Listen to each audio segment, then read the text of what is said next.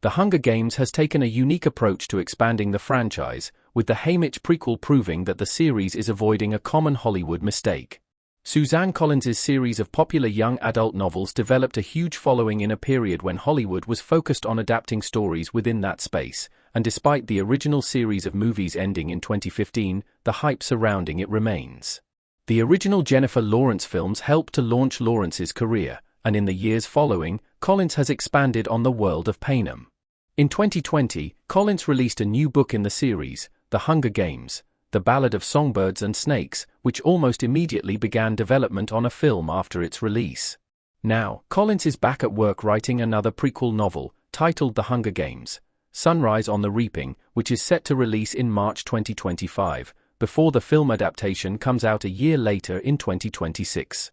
Evidently, the studio has faith in Collins's work, and it's a fresh approach to expanding franchises in Hollywood compared to most other franchises. Hunger Games favoring prequels over a reboot avoids a controversial Hollywood trend. The franchise takeover has completely changed the cinematic landscape.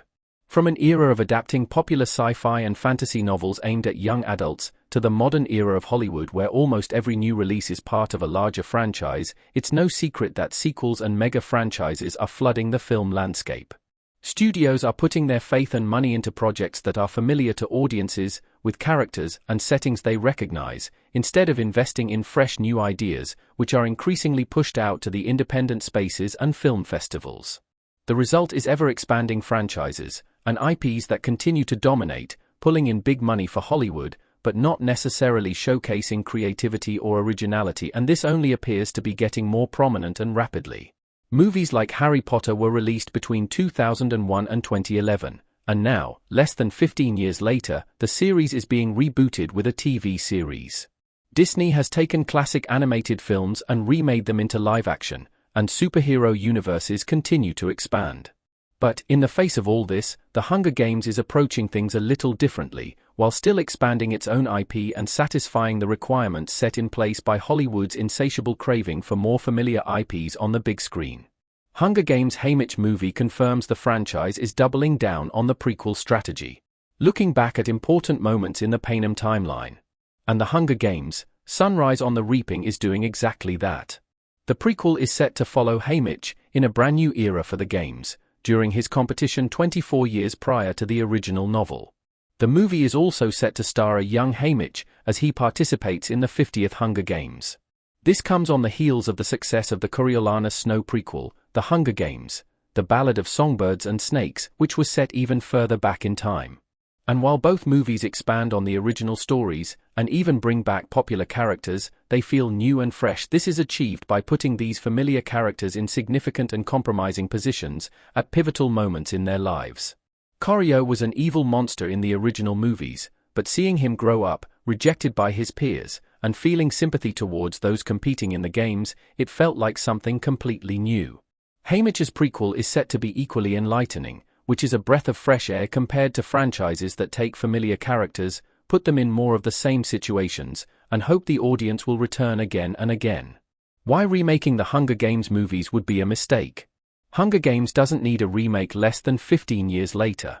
But even beyond adding numerous sequels, highlighting every last inch of the main characters' lives, many franchises have opted to reboot.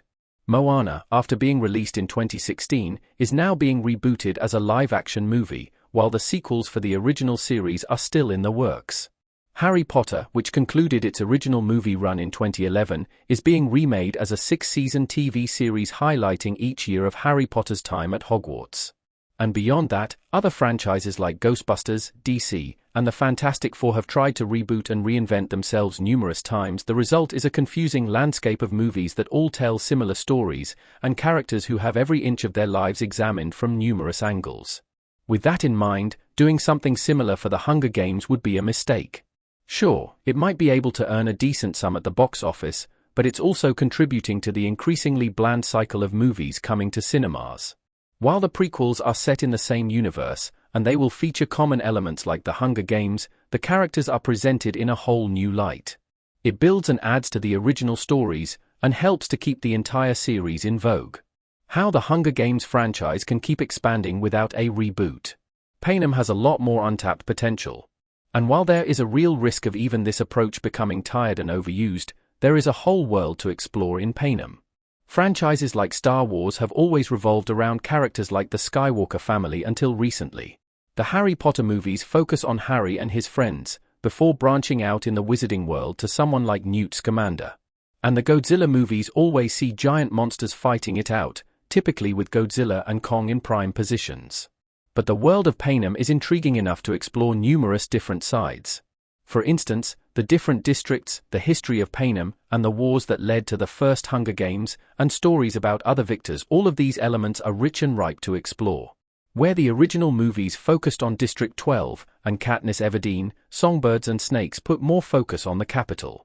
The snippets that have been seen of other districts, like the destroyed and exiled District 13, District 1 and 2, where people literally train to compete in the games, and more could all create the basis for intriguing and compelling stories in the Hunger Games franchise. There is a lot that has yet to be seen in Panem, which makes the Hunger Games the perfect franchise to expand with spin-offs or prequels that shift the focus away from District 12, and even the games themselves.